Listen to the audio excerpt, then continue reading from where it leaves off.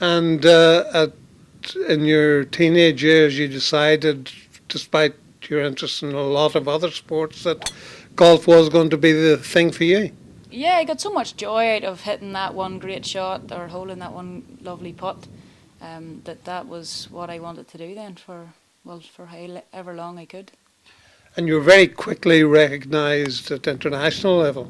Yeah, I got my first cap for the European Young Masters when I was 15, and Rory was on the men's team, so we had a great week together there, and as I say, it was a great start to my international career. Now you've gone on and won some major amateur titles. What stands out in your mind? You're still only 22. We've got to remember, or you were 22 when you played Curtis Cup. But what stands out in your amateur career as important milestones?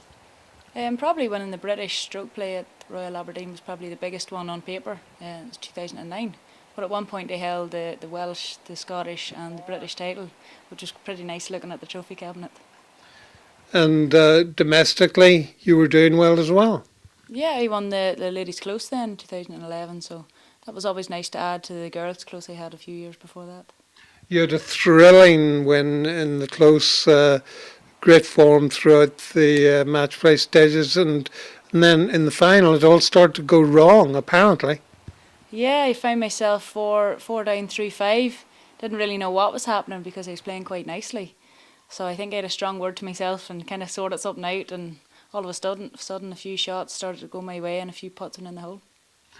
And of course, for any amateur golfer to play in the Curtis Cup must be the height of your achievement.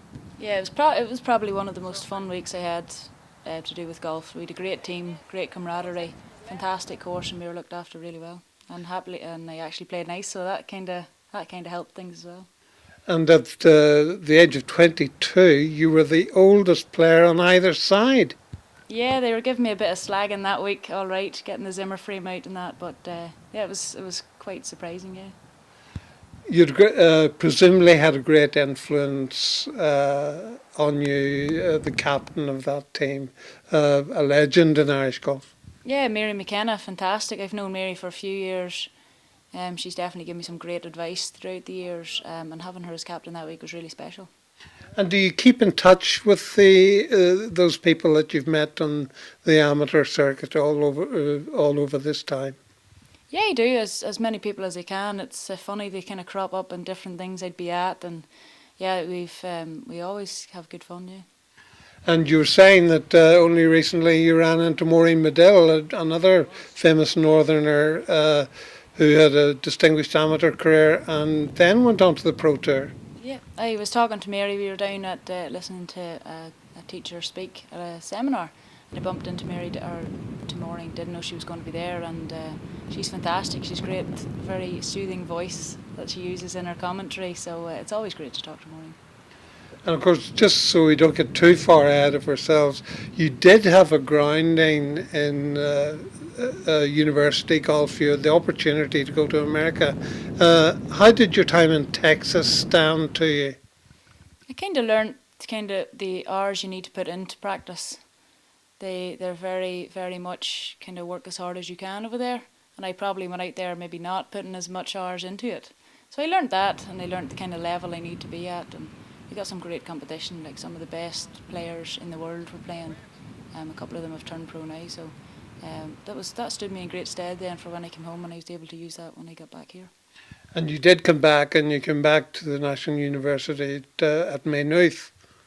Yeah, that was fantastic. They were in their second year of a golf scholarship as well through Padraig Harrington. He set it up. So we got some great insight into that, and they'd fantastic people to play with. We had a great bunch of people down there, and we got to play a lot together in a lot of great courses. Would Harrington, people like Padraig Harrington, would they take a personal interest in scholarships like that? He did come out to us a few times, yeah, and he brought his coach Bob Torrance over to us as well at the time. So we did get some great knowledge that you wouldn't have got in other places. So that is, I was definitely thankful that I went there. You're talking about two world-class names, one as a player, one as a coach. Have they had long-lasting influences on you? They have, yeah. I know Padraig and I know his brother as well, so I'd get a few tips and kind of how to manage things from that side of it. But it's always great to listen to whoever you can and take whatever advice suits.